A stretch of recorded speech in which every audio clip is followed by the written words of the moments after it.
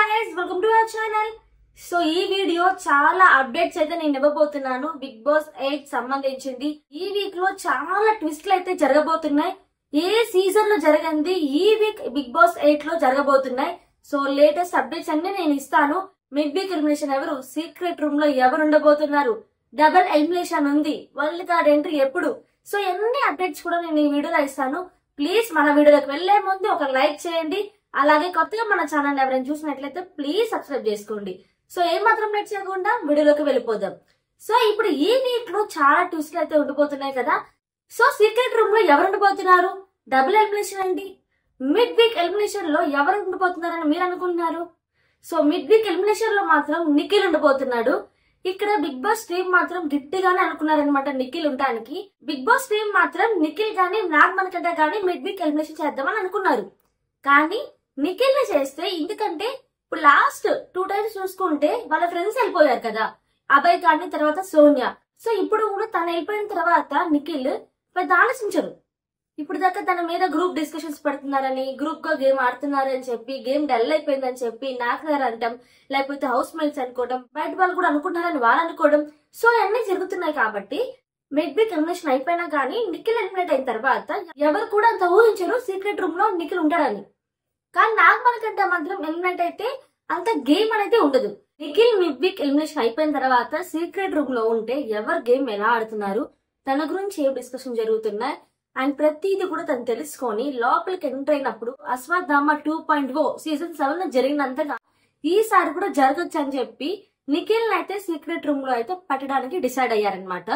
నైనిక, విష్ణుప్రియ, నబిల్, ఆ తర్వాత ఆదిత్య బొమ్మ గారు, నాగమణికంట అయితే వీళ్ళందరూ ఉన్నారు కదా నామినేషన్స్ లో. బట్ మిడ్ వీక్ ఎలిమినేషన్ అయిపోయిన తర్వాత డబుల్ ఎలిమినేషన్ అయితే ఉంటుందన్నమాట. సో హౌస్ లోని మొత్తం కూడా ఇప్పుడు 10 మంది ఉన్నారు. ముగ్గురిని అయితే ఎలిమినేట్ చేసేసి, ముగ్గురిని ఎలిమినేట్ చేసిన తర్వాత మొత్తం 7 మంది ఉంటారు. సీక్రెట్ రూమ్ కూడా యాడ్ చేస్తే, మిడ్ వీక్ ఎలిమినేషన్ కూడా యాడ్ చేస్తే, సో 7 ఉంటారు కదా.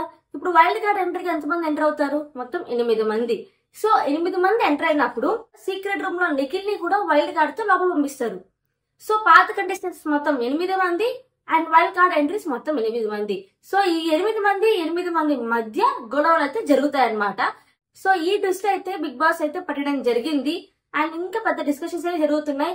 లేకపోతే ఇప్పుడు బిగ్ బాస్ హౌస్ లో ఒక టాస్క్ పెట్టిన తర్వాత మొత్తం 8 మంది పంపిద్దామా, లేకపోతే 3 టాస్క్లు పెట్టేసిన తర్వాత 3 వైల్డ్ కార్డ్ ఎంట్రీస్ ఆపేసి 6 పంపిద్దామా, డిస్కషన్స్ అయితే ఉన్నాయన్నమాట. ఆ తర్వాత వీకెండ్ లో డబుల్ ఎలిమినేషన్ ఎవరు? సో వీకెండ్ డబుల్ ఎలిమినేషన్ వచ్చి ఇక్కడ నైనిక, ఆ తర్వాత ఓం గారు ఉంటారు. నబిల్, విష్ణుప్రియ, నాగమణికంట వీళ్ళు ముగ్గురు మాత్రం ఖచ్చితంగా టాప్ లో ఉంటారు. వాళ్ళకి ఓటింగ్స్ పడతాయి. కానీ లీస్ట్ లో ఉన్న ఆదిత్య బొమ్మకి, నైనికాకి ఎక్కువ ఓటింగ్స్ పడకపోవచ్చు. వాళ్ళిద్దరు డబుల్ ఎలిమినేషన్ అయితే ఈ వీక్ అవుతారు. సో ఇప్పుడు దాకా వచ్చిన అప్డేట్ అయితే ఇది. అంటే నామినేషన్స్ గురించి ఎవరు చేస్తున్నారు, రీజన్ ఏంటి అవన్నీ చెప్పేస్తున్నారు. నాగమణికంట యష్మిని పిలిచి నేను నామినేట్ చేస్తాను రా, నువ్వేమనుకోమాక అంటే యష్మి సరే చేసేసే, అది నీ ఇష్టం, నేనేమన్ను అని చెప్పి అంటారు. ఇక్కడ ఎవరెవరు నామినేట్ చేయాల్సిన నామినేషన్ గురించి టాపిక్ అనేది రాకూడదు. డిస్కషన్స్ రావచ్చు, కానీ ఎవరు నామినేట్ చేస్తున్నారు, ఎవరిని చేస్తున్నారు, ఏ రీజన్ పరంగా చేస్తున్నారు అనే డిస్కషన్స్ హౌస్ లో ఉండవు. కానీ వీళ్ళు పెడుతున్నారు. కానీ బిగ్ బాస్ అయితే వార్నింగ్ ఇవ్వట్లేదు, ఏమీ ఇంటిమెంట్ చేయట్లేదు అనమాట.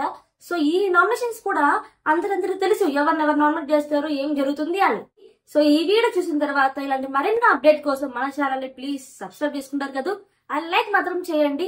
అండ్ మీకేమనిపిస్తుందో నిఖిల్ మిడ్ వీక్ ఎలిమినేషన్ గురించి మీరేమనుకున్నారో మర్చిపోకుండా కామెంట్ సెక్షన్ లో కామెంట్ చేసేయండి. అండ్ సోనియా ఎలిమినేషన్ అయిపోయిన తర్వాత బజ్ ఇంటర్వ్యూ కూడా నేను అనాలిసిస్ చేసి అయితే వీడియోలో నేను పెడతాను.